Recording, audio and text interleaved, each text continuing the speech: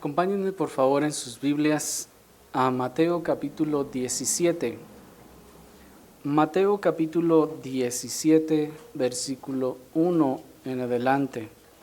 En la ocasión anterior vimos ya los versículos 27 y 28 del capítulo 16 y en esta oportunidad vamos a comenzar en Mateo 17, versículo 1 al 8. Dice la palabra del Señor: 6 días después, Jesús tomó a Pedro, a Jacobo y a Juan su hermano, y los llevó aparte a un monte alto, y se transfiguró delante de ellos, y resplandeció su rostro como el sol, y sus vestidos se hicieron blancos como la luz. Y he aquí, les aparecieron Moisés y Elías hablando con él. Entonces Pedro dijo a Jesús: Señor, bueno es para nosotros que estemos aquí. Si quieres, hagamos aquí 3 enramadas, una para ti, otra para Moisés y otra para Elías. Mientras él aún hablaba, una nube de luz los cubrió, y he aquí una voz desde la nube que decía: Este es mi Hijo amado, en quien tengo complacencia. A él oíd. Al oír esto, los discípulos se postraron sobre sus rostros y tuvieron gran temor. Entonces Jesús se acercó y los tocó y dijo: Levantaos y no temáis. Y alzando ellos los ojos, a nadie vieron, sino a Jesús solo. Hasta ahí. Hermanos, puesto que el que acabamos de leer es uno de los sucesos más trascendentales del ministerio de nuestro Señor Jesucristo, vamos a detenernos a meditar un poco en este suceso y en sus implicaciones teológicas, de manera que hoy no vamos a poder ver todo lo que tenemos que considerar sobre lo que acabamos de leer, sino que vamos a repartirlo en 2 partes, lo que veremos el día de hoy y el próximo domingo con la ayuda del Señor. El día de hoy, con la ayuda del Señor, solo vamos a ver 3 de las 6 partes en las que podemos dividir este versículo o este acontecimiento. Vamos a ver primeramente el contexto de la transfiguración. Vamos a ver en segundo lugar la transfiguración. Y por último vamos a ver algunas implicaciones de esta transfiguración. Y el próximo domingo, si el Señor nos ayuda, vamos a ver lo referente a la aparición de Moisés y Elías. Vamos a contemplar, si el Señor nos concede, la propuesta de Pedro. Y por último, del próximo domingo, vamos a contemplar la declaración del cielo. Pero en esta ocasión vamos a ver primeramente el contexto de la transfiguración. El versículo nos dice que apenas han pasado 6 días desde que nuestro Señor Jesucristo habló con sus discípulos sobre el negarse a sí mismos y de su venida en gloria. Pues si vimos en los versículos anteriores, el Señor les está hablando sobre el negarse a sí mismos, ya lo vimos. Y la relación que esto tiene con su venida en gloria. Por ello les decía que algunos interpretan que la expresión "hay algunos de los que están aquí que no gustarán la muerte hasta que hayan visto al Hijo del Hombre venido en su reino", la interpretan como que nuestro Señor hablaba precisamente de esta transfiguración. ¿Se acuerdan que les había mencionado? Y piensan y dicen, es que este hecho de que vean al Señor venido en su reino se refiere a la transfiguración, y de hecho lo respaldan diciendo que precisamente 6 días después es que ocurre la transfiguración. Pero vemos que 6 días después nuestro Señor entonces toma a Pedro, a Jacobo y a Juan su hermano y los lleva a un monte alto. Esta es la segunda vez que nuestro Señor Jesucristo tomó a 3 discípulos aparte, y habrá una tercera vez en su retiro al Getsemaní en la que tomará 3 discípulos aparte. Pero, ¿por qué solo a 3?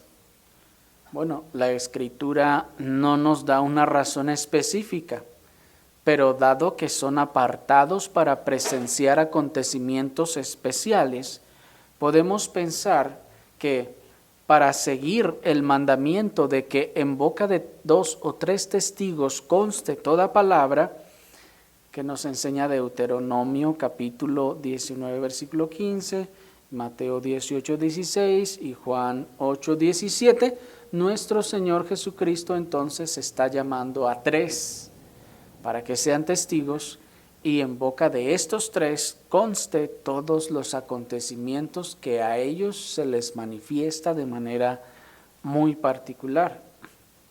Sin embargo, pensamos que nuestro Señor Jesucristo tiene razones y propósitos más profundos todavía. Y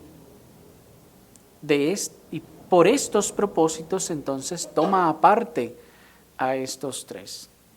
Y estos 3 que toma son los mismos en las 3 ocasiones. No es que el Señor la primera vez que llama a 3, llama a 3, y luego la segunda vez que llama aparte, llama a otros 3 diferentes, y luego la siguiente y la tercera vez que llama a otros 3, llama a otros 3, ¿sí me explico? No se trata de que se estaban rolando y el Señor los estaba llamando a 3. Pues si la única razón y objeto que el Señor tuviera al llamarlos sería que fueran solo testigos y ya, entonces podría Él estar rolándolos, ¿me explico?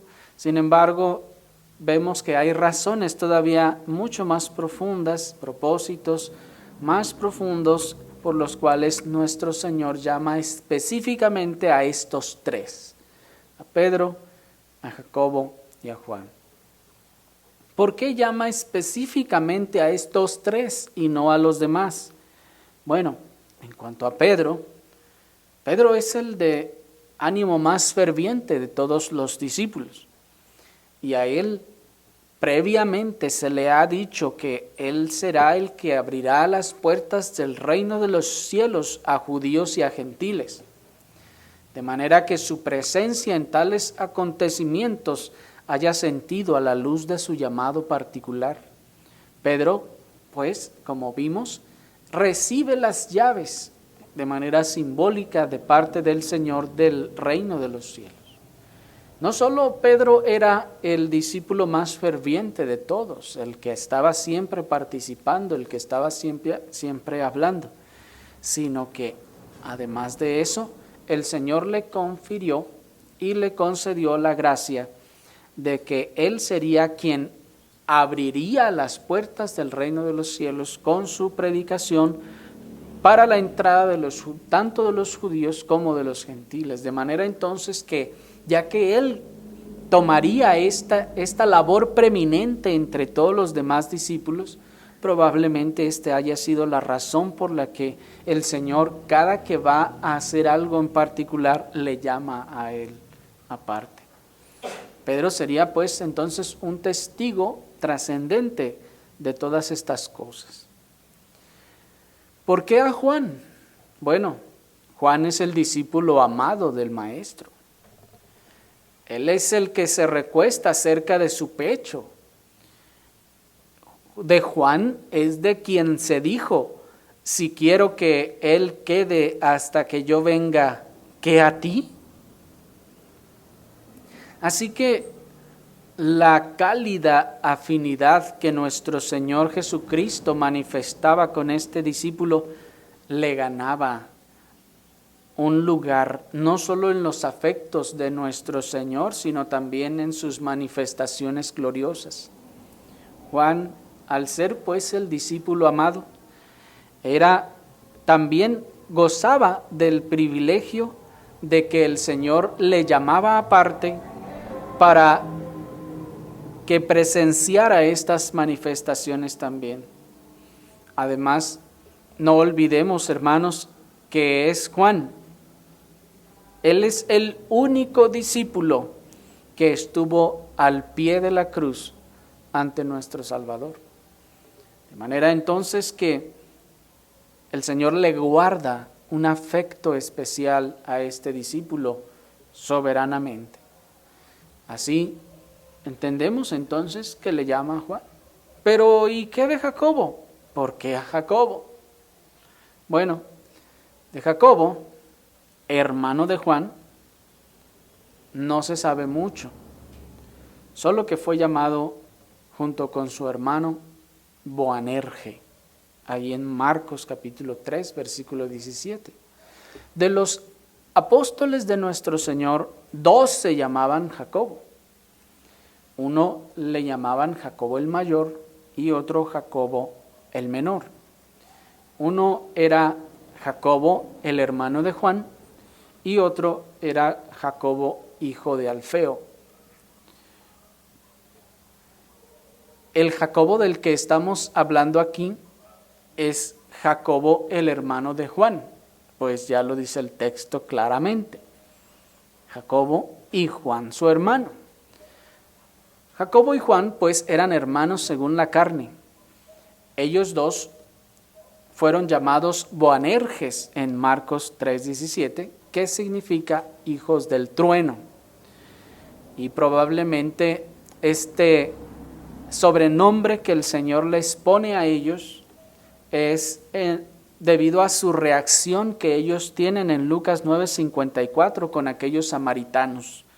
¿Se acuerdan que dice la Escritura que ellos van a la aldea de los samaritanos y quieren pasar por allí y no los dejan y no los reciben?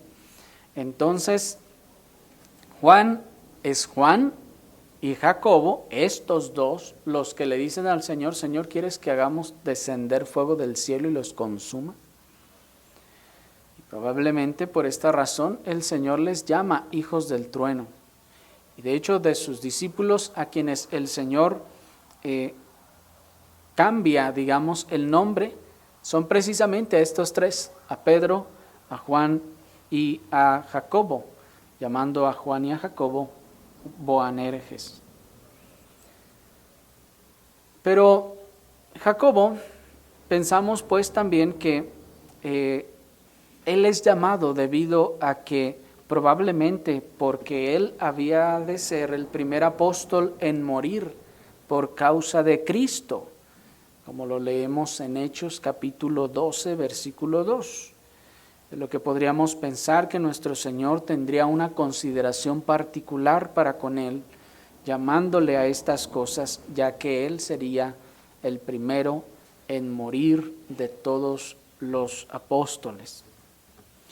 Pero todo esto solo son, hermanos, conjeturas que nosotros podemos hacer en base a otros versículos de por qué el Señor ha llamado a estos tres. Sin embargo, las razones se las ha reservado el Señor para su solo conocimiento, y probablemente en el día de la gloria podremos saber todas estas cosas. En cuanto al monte, pues dice que los llevó a un monte alto. No se sabe con exactitud cuál fue. Muchos han debatido sobre si fue el monte Hermón, o si fue el Getsemaní, o fue algún otro monte. Lo único que sabemos de todo esto es que el monte debía de estar cerca de la ciudad, porque dice la Escritura ahí en el versículo 9 que al descender del monte, dice, cuando descendieron del monte, Jesús les mandó diciendo que no digáis a nadie la visión, y luego muchas personas se les acercaron a ellos. Dice el verso 14 que el gentío vino a ellos. De manera entonces que debía ser un monte en donde estaría cerca una ciudad. Pero la verdad es que al fin nada de esto es relevante, hermanos. Ninguna de estas cosas opaca el suceso en sí, que es la transfiguración de nuestro Señor.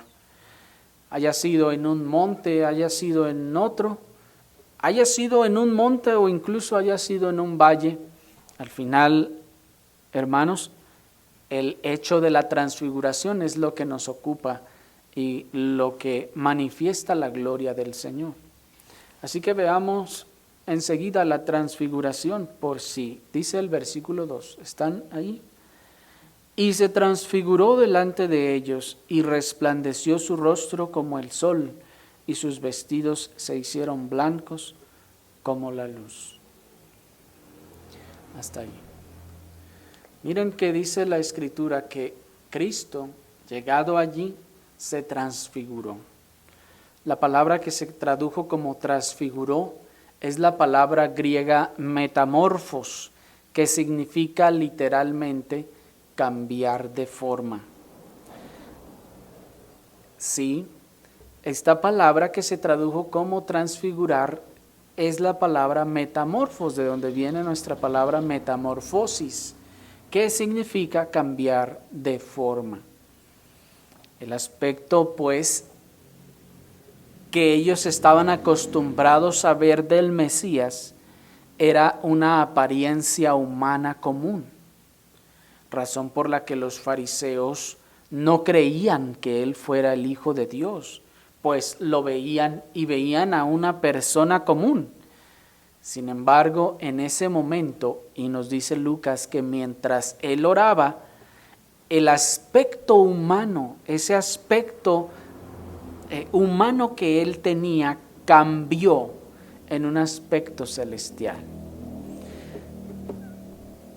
Debemos tener bien en cuenta esto, hermanos, porque, por decirlo así, si nosotros hubiéramos estado o vivido en tiempos de nuestro Señor Jesucristo, de los tiempos de su humillación, entonces nosotros habríamos visto a nuestro Señor como ver a cualquier hermano más aquí entre nosotros. Puesto que en los días de su humillación, el Señor escogió humillarse de tal forma que su apariencia, la apariencia que él tenía, era la de una persona común y corriente. No es como se pintan los cuadros que anda Jesús caminando y tiene acá una aureola, o que hay un como sol detrás de su cabeza que resplandece. No, eso no sucedía. En los tiempos en los que nuestro Señor andaba sobre esta tierra físicamente en su humillación, hermanos, no era que el Señor andaba caminando y sus vestidos resplandecían o le salían luces o brillos de la cabeza. No, eso no pasaba. El resto de las personas veían un hombre común y corriente. Y esa era la razón por la que los fariseos no creían en él y no creían que fuera hijo de Dios. En otras ocasiones en la Escritura, por ejemplo, se habla de algunos hombres de Dios y se dice que tenía un rostro como de ángel. Y cuando alguien describe a una persona de esa forma, podría identificar en esa persona alguna proveniencia especial. Sin embargo, en Cristo nuestro Señor, hermanos, no se dice estas cosas. Es más, al contrario, el profeta Isaías ya nos había dicho, verle hemos, más inatractivo para que le deseemos. Podremos observarlo, sin embargo, no se manifestará ninguna cualidad externa que haga pensar, oye, este viene o desciende de los reyes, mira qué porte tiene, mira qué rostro, mira qué frente, qué cejas, qué nariz, qué ojos. No había nada en ese sentido que pudiera de manera terrenal o carnal señalar algo sobresaliente de Él en ese sentido. Nuestro Señor escogió en ese sentido la humillación aún en ese aspecto. Él podía haberse encarnado como el hombre más guapo del mundo y de toda la historia. ¿Podía o no podía? O sí podía. Pero noten cómo en su humillación aún Él escogió no sobresalir aún en estas cosas. Escogió nuestro Señor no sobresalir aún en su apariencia física. De manera pues entonces que los discípulos están acostumbrados a ver a un hombre común, ¿me explico? En cuanto a su apariencia. Los lleva aparte al monte y de repente se cambia de aspecto a un aspecto celestial. Por eso la palabra griega metamorfosis, para enfatizar el hecho de que antes tenía una apariencia y después otra muy distinta. No sé si me explico. Esa palabra lo único que está buscando es mostrarnos lo radical del cambio en su aspecto, pues no se refiere a que esta transfiguración lo hubiera cambiado de forma. Pues la palabra metamorfosis, estrictamente hablando, se refiere a ese cambio de forma cuando la oruga o el gusanito se convierte en una mariposa. Eso es una metamorfosis. Sin embargo, aquí esta palabra no está buscando decirnos que el Señor cambió de forma, sino está buscando enfatizar la diferencia del aspecto que tenía antes como de una persona común al aspecto que adquirió en ese momento. Así que no, la transfiguración no consistió en un cambio de sustancia. No es que en ese momento el Señor se transformó en algo diferente al ser humano que estaban ellos viendo allí. No es que la humanidad de Cristo adquirió elementos celestiales que se combinaron con su cuerpo para producir el efecto que estaban viendo los discípulos. No fue un cambio de sustancia, no fue un cambio de su forma física, sino una manifestación del resplandor de la gloria de Dios reflejada a través del rostro y los vestidos del Señor. ¿Me siguieron?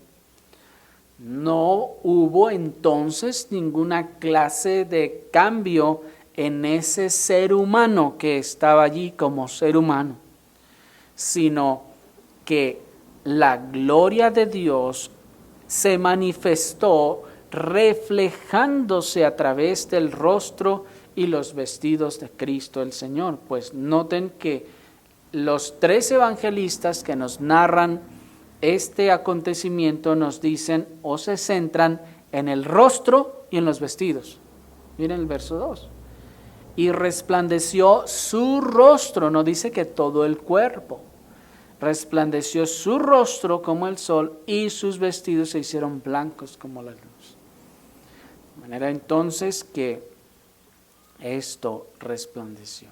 Ahora, algunos han propuesto a manera de semejanza la manera como el rostro de Moisés resplandecía al descender del monte en Éxodo 34, 29 y 30. ¿Se acuerdan que lo leímos? Y se dice entonces, o han dicho que así como cambió el aspecto de Moisés, así el aspecto de nuestro Señor Jesucristo se tornó resplandeciente. Recuerden ustedes que Moisés subió al monte y escribió la ley y las palabras de Dios. Y cuando él subía al monte, dice que estuvo allí 40 días y 40 noches y no comió ni bebió. y cuando descendió su rostro resplandecía. Él no se daba cuenta, dice, y su rostro resplandecía. Al darse cuenta y ver que los israelitas le temían, dice que entonces comenzó a usar un velo y se tapaba el rostro para que no lo vieran. Se lo quitaba para ir a la presencia de Dios nuevamente y luego regresaba de la presencia de Dios y se lo volvía a poner para tratar con el pueblo.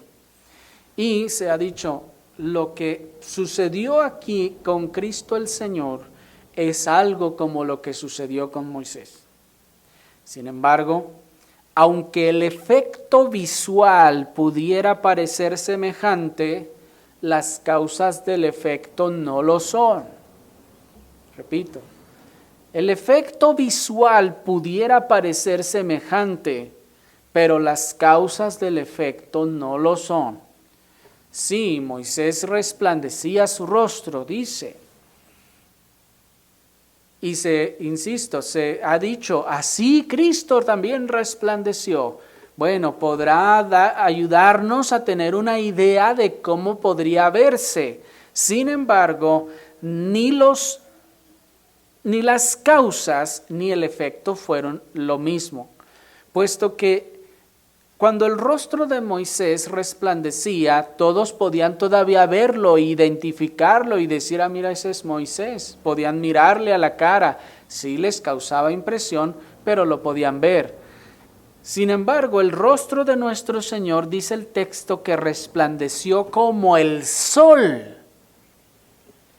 lo cual hace entonces una diferencia muy grande respecto a lo que ocurría con Moisés y lo que ocurrió con Cristo en esta ocasión. Porque el rostro de Moisés podía mirarse, pero el rostro de Cristo no. ¿Por qué? Porque si resplandecía como el sol, ¿quién puede mirar al sol? No se puede estar observando. Asimismo, las causas, como les decía, no son las mismas, puesto que Moisés, luego de haber estado en la presencia de Dios, su rostro resplandecía por la impregnación de la gloria de Dios en la humanidad de Moisés. Pero con Cristo no ocurrió así. Algunos incluso al tomar el detalle que Lucas añade, que dice que cuando fueron, el Señor comenzó a orar y que mientras oraba entonces nos dice Lucas, que ocurrió este cambio. Y algunos han dicho, miren, ahí está, cuando nos acercamos a Dios, entonces en la presencia de Dios aquí, allá, y ya se imaginarán, ¿verdad? Sin embargo, esto no puede suceder así. Porque Moisés, al estar en la presencia de Dios, resplandecía por la impregnación de la gloria de Dios en su humanidad. Sin embargo, con Cristo no ocurrió así. La humanidad de Cristo no se impregnó de la gloria de Dios por causa de la oración o de su cercanía a Dios, pues como si fuera un agente externo. Como si de un agente externo él fuera afectado, pues él era Dios. No podemos decir que al acercarse a Dios, entonces la gloria de Dios le impregnó. No, él era Dios. ¿Me explico?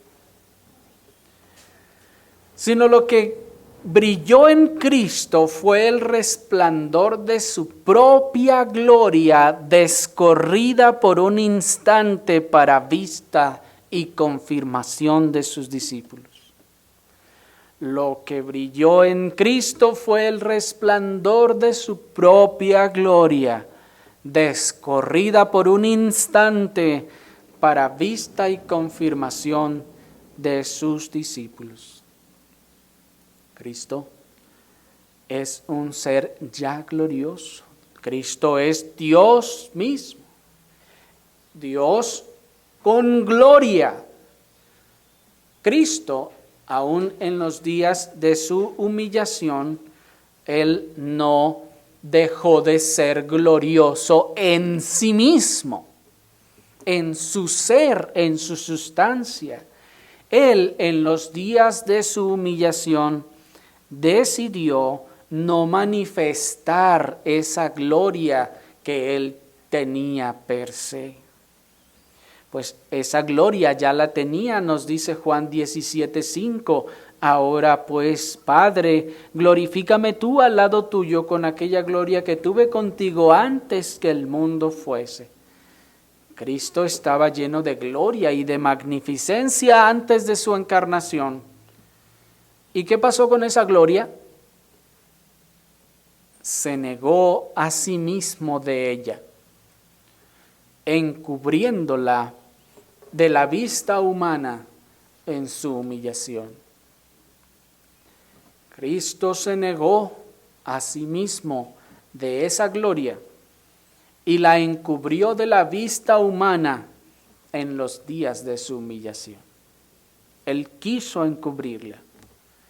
Sin embargo, aquí, por un momento, el velo se descorrió para manifestar un poco del resplandor de la gloria de su deidad.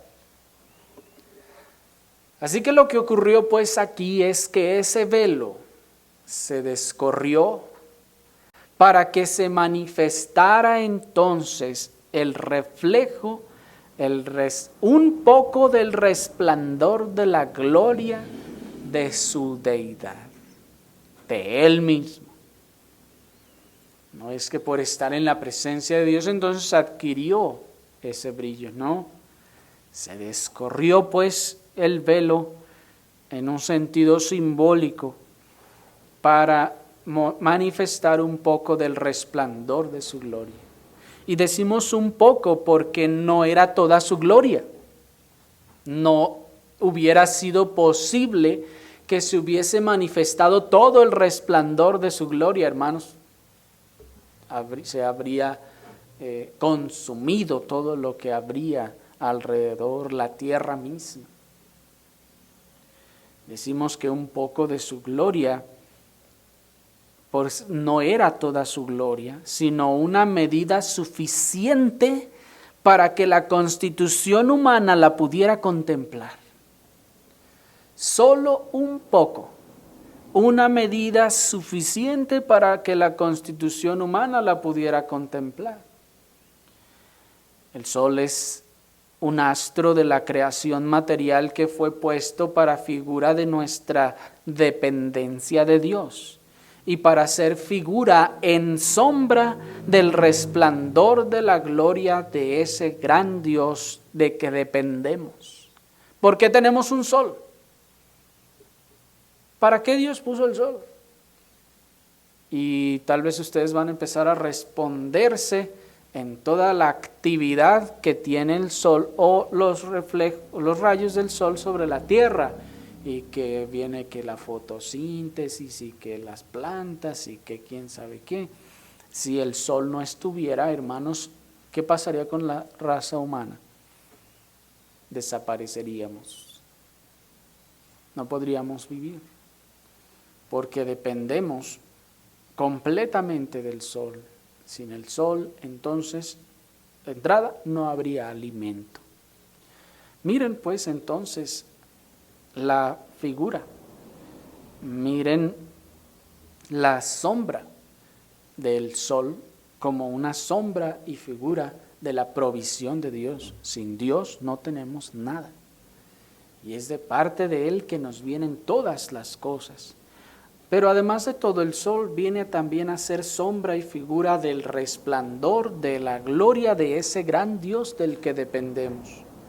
Pero así como en nuestra misma constitución humana no nos es posible mirar al sol de frente sin quemarnos la vista, así pues, ese resplandor de la gloria de Dios es un resplandor suficiente para no quemarnos a nosotros, para que nuestra constitución humana no sufra daños. ¿Me explico? Si Cristo hubiese manifestado la mitad de su gloria, digámoslo así, hermanos, se habrían consumido todo alrededor. ¿Me explico? Nuestra constitución humana no sería capaz de mirar esa gloria, la grandeza de ese resplandor y esas maravillas. Ni siquiera podríamos apreciarla. Sería como cuando se toma una foto borrosísima de algo, pixeliadísima, que cuando se ve casi ni se alcanza a distinguir que era un paisaje. Nuestra capacidad humana no puede apreciar esa gloria y esa magnificencia. Pero aún el sol, por más difícil de contemplar por su resplandor, es solo una figura asequible a nuestra constitución terrena. Una gloria ya no en figura, sino en realidad, será la que podremos contemplar en la eternidad con Cristo, cuando nuestros cuerpos sean glorificados y sean transformados a una constitución que sea capaz de observar esa gloria real, aunque no toda, pero real, y ya no en figura, como lo vemos hoy en día con el resplandor del sol. ¿Me explico? Este resplandor solo es una figura asequible a nuestra constitución. En la eternidad veremos las realidades de lo que hoy solo es una sombra. Pero aún así, esta gloria fue lo bastante asombrosa como para afirmar el corazón de los discípulos y mostrarnos un poco de la gran gloria de Cristo como Dios hombre, como Dios y hombre. Y así, estos discípulos cumplieron la función de ser testigos de estas cosas. Cuando ellos pues observaron, hermanos, todas estas cosas, ellos no solo se asombraron grandemente, sino que también fueron testigos de haber visto todo esto y lo contaron a los demás. Pues noten ustedes, Mateo no estuvo allí, Marcos tampoco estuvo allí, y Lucas tampoco estuvo allí, y los tres lo narraron. ¿Cómo lo hicieron? A través del testimonio que Pedro, Jacobo y Juan les dieron después que Cristo resucitó. Pues vemos que nuestro Señor les da instrucción. Bueno, lo vamos a ver más adelante. El Señor les da instrucciones, les dice, no le digan a nadie lo que vieron hasta el día de la resurrección. Y de hecho ellos luego se quedan meditando. ¿La qué? ¿La resurrección? ¿Me explico? De manera entonces, pues hermanos, que ellos fueron testigos de una prueba de la deidad de Cristo. Pero veamos por último algunas implicaciones de estas cosas. Y lo primero que queremos resaltar aquí es que la transfiguración de nuestro Señor Jesucristo no implica o no significa que Él se transformó como en un fantasma. No que fue algo como traslúcido, reluciente. No, el Señor no se transformó en un fantasma, ni dejó su cuerpo humano.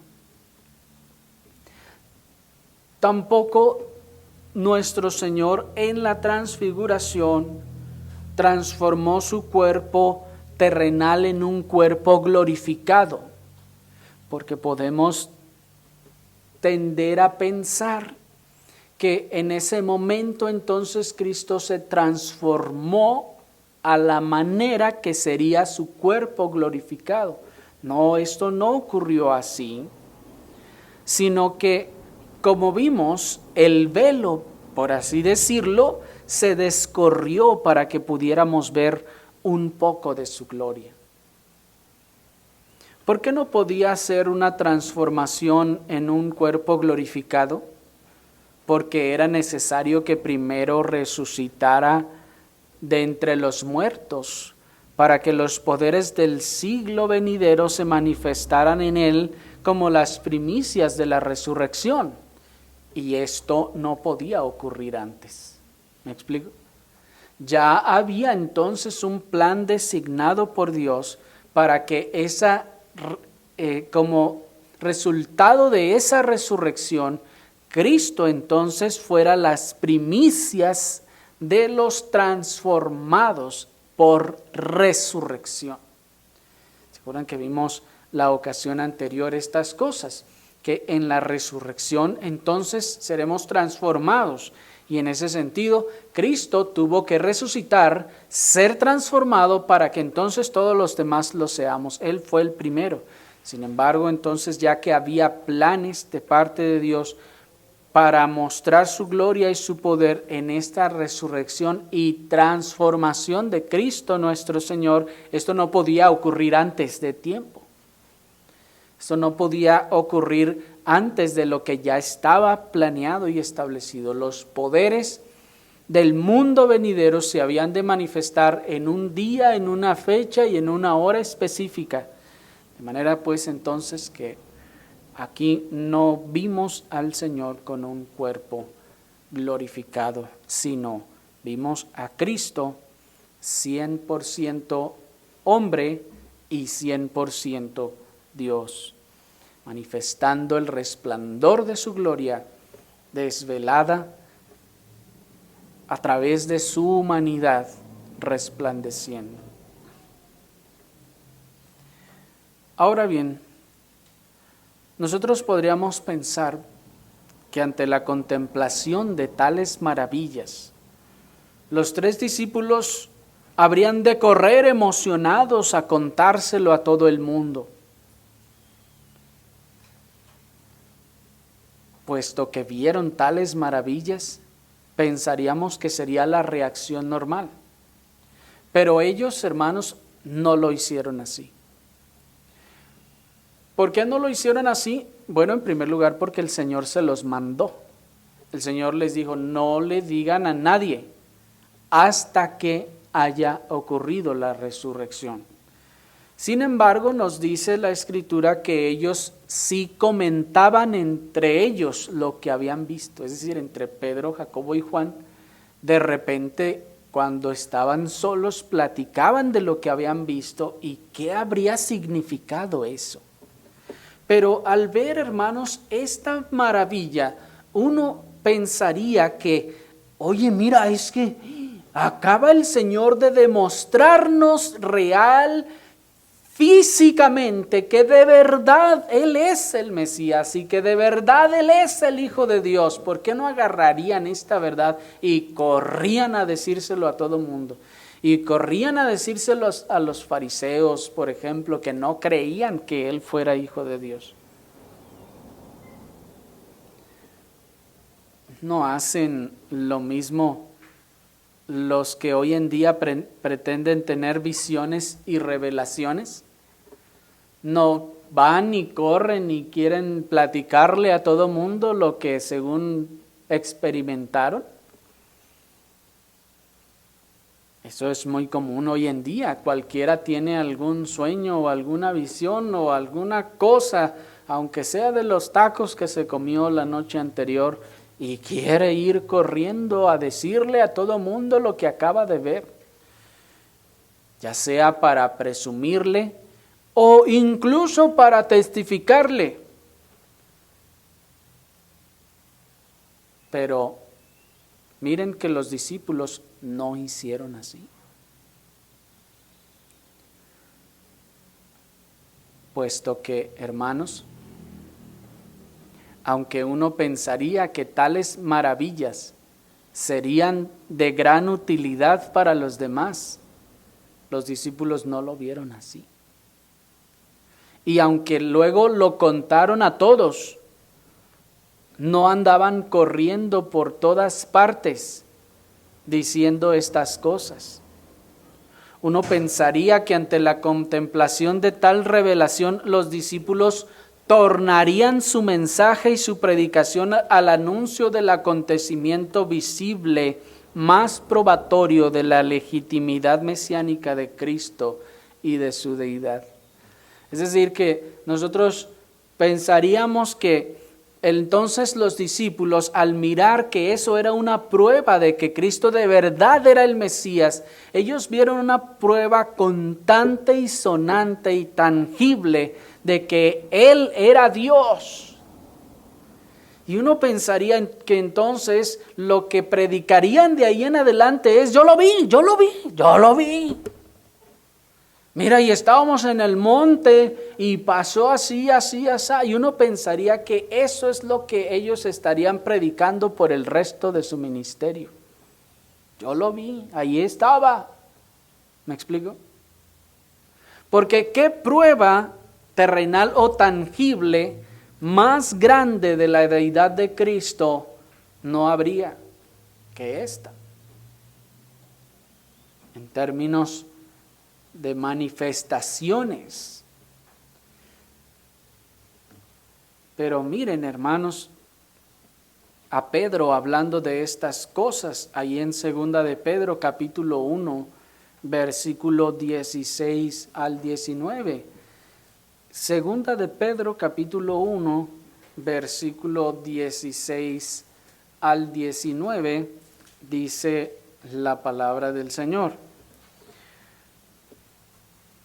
Porque no os hemos dado a conocer el poder y la venida de nuestro Señor Jesucristo siguiendo fábulas artificiosas. Miren allí.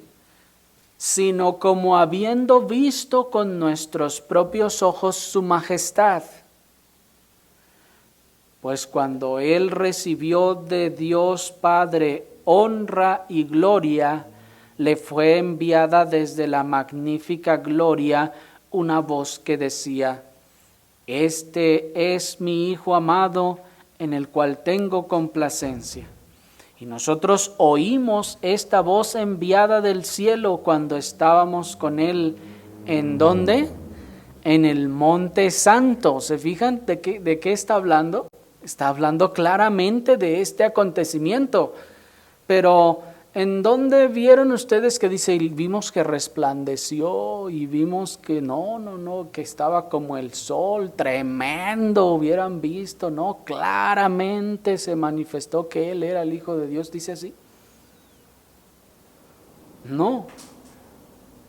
Dice: nosotros ciertamente lo vimos. Y dice el 19: tenemos también la palabra profética más segura, a la cual hacéis bien de estar atentos como una antorcha que alumbra en lugar oscuro, hasta que el día esclarezca y el lucero de la mañana salga en vuestros corazones.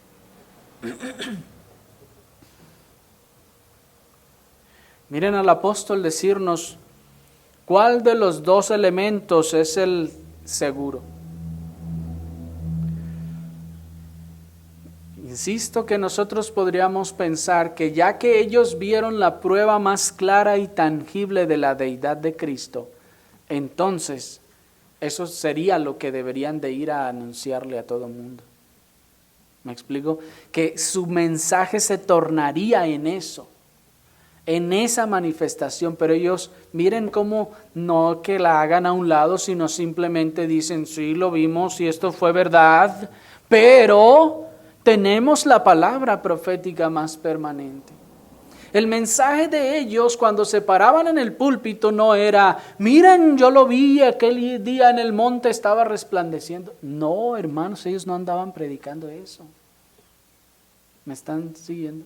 Sí, sino que ellos, ahora Pedro nos dice, ¿cuál de los dos elementos, la transfiguración o la palabra, es más seguro? ¿Se fijan? Dicen: nosotros vimos estas cosas, Nosotros oímos la voz enviada del cielo cuando estábamos ahí en el monte y tenemos la palabra más segura, la cual hacéis bien de estar atentos como una antorcha. ¿Cuál de los dos elementos en todo caso es el que nos dice que es más seguro? Ese acontecimiento de estar anunciando que esta maravilla ocurrió, o la palabra profética. ¿Cuál de los dos elementos es al que hay que estar atentos? ¿A las manifestaciones maravillosas y sobrenaturales o a la palabra profética permanente? ¿A cuál de estos dos elementos es el que se constituye una luz y guía segura para nosotros? Pues dice el texto, de estar atentos como a una antorcha que alumbra en lugar oscuro. ¿Cuál es la antorcha que alumbra en lugar oscuro? El que estemos platicando que hubo esta maravilla y este gran milagro que vimos, o la palabra de Dios. Y Pedro no está hablando de milagros inventados, ni de milagros supersticiosos que hoy en día se exhiben, sino él está hablando de algo real y poderoso, la manifestación, como les decía, más gloriosa, visible del ministerio de nuestro Señor aquí en la tierra, en los días de su humillación. Notemos pues la sabiduría y el cuidado con el que los discípulos que presenciaron este acontecimiento trataron el asunto. Tanto que Juan mismo, que estuvo presente y vio todo con sus propios ojos, Juan no lo menciona en su evangelio. Busquen ustedes en el evangelio de Juan la transfiguración. Se los dejo de tarea. Búsquenlo. Y les digo algo, no lo van a encontrar. Juan no menciona la transfiguración. Y él la vio y estuvo allí. ¿Por qué no la menciona? Porque Juan entendió el mensaje. Porque Juan entendió el propósito. Y Juan sabía, usando la sabiduría y cuidado, dijo, esto no es lo que nosotros vamos a estar predicando. ¿Me explico? No es a través del decirle a la gente los milagros y las maravillas que la gente se va a convertir. No. ¿Me explico? Juan solo se limitó a decir en Juan 1:14, y aquel verbo que fue hecho carne y habitó entre nosotros, y vimos su gloria, gloria como del unigénito del Padre. Y noten, dice, lleno de gracia y de verdad. Miren cómo el énfasis de Juan no se encuentra en el asombro del milagro que ellos vieron con sus propios ojos, sino en la gracia y en la verdad desplegada de Cristo el Señor. ¿Se dan cuenta? Juan no se está centrando en el milagro, sino que se está centrando en la obra de gracia y la verdad de Cristo. Así nosotros no estamos llamados a hacer énfasis en los milagros que nuestro Señor Jesucristo manifestó como un medio para que la gente se convierta. Como que si al decirle o narrarle a las personas los milagros de Jesús, la gente se va a convertir. No, eso no es así. Y eso es lo que Juan está consciente de eso. Como si Juan dijera, bueno, ¿y si describo esto ¿La gente entonces se va a convertir? No, no se trata de eso. Casi todo el mundo, o al menos todo el mundo occidental que ha oído hablar de Cristo, pero casi todo el mundo conoce al menos un milagro de Jesús. Piénselo, prácticamente todo el mundo conoce al menos un milagro de Jesús. ¿Y cuántos se han convertido?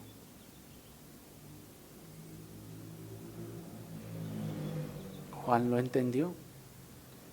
Dijo, no, es que no se trata de los milagros o del deslumbramiento, de lo asombroso de los acontecimientos visibles. Lo que traerá la salvación, en todo caso, será la predicación del Evangelio de nuestro Señor Jesucristo. Así que sigamos nosotros, hermanos, el ejemplo de los apóstoles, dando prioridad a la palabra inspirada antes que a cualquier milagro, aun sea genuino. Sigamos el ejemplo de los apóstoles, dando prioridad a la palabra inspirada antes que a cualquier sueño. Sigamos el ejemplo de los apóstoles, dando prioridad a la palabra inspirada antes que a cualquier revelación, entre comillas, antes que a cualquier emoción o antes que a cualquier sentimiento. La palabra revelada está por encima de todo lo que soñamos, de todo lo que según nos revelaron. La palabra inspirada está por encima de toda emoción, de todo sentimiento y todo pensamiento. Pues muchos dicen, pues yo siento como que eso no ha de ser así. Bueno, lo bueno que la palabra está por encima de lo que tú sientas. Pues es que yo pienso que como que, bueno, qué bueno que la palabra de Dios está por encima de lo que tú pienses. Porque esta palabra es inspirada por Dios, es aspirada por Dios, es decir, emana más bien de Dios, es infalible, es inerrante, es todo suficiente. Oremos, hermanos, al Señor.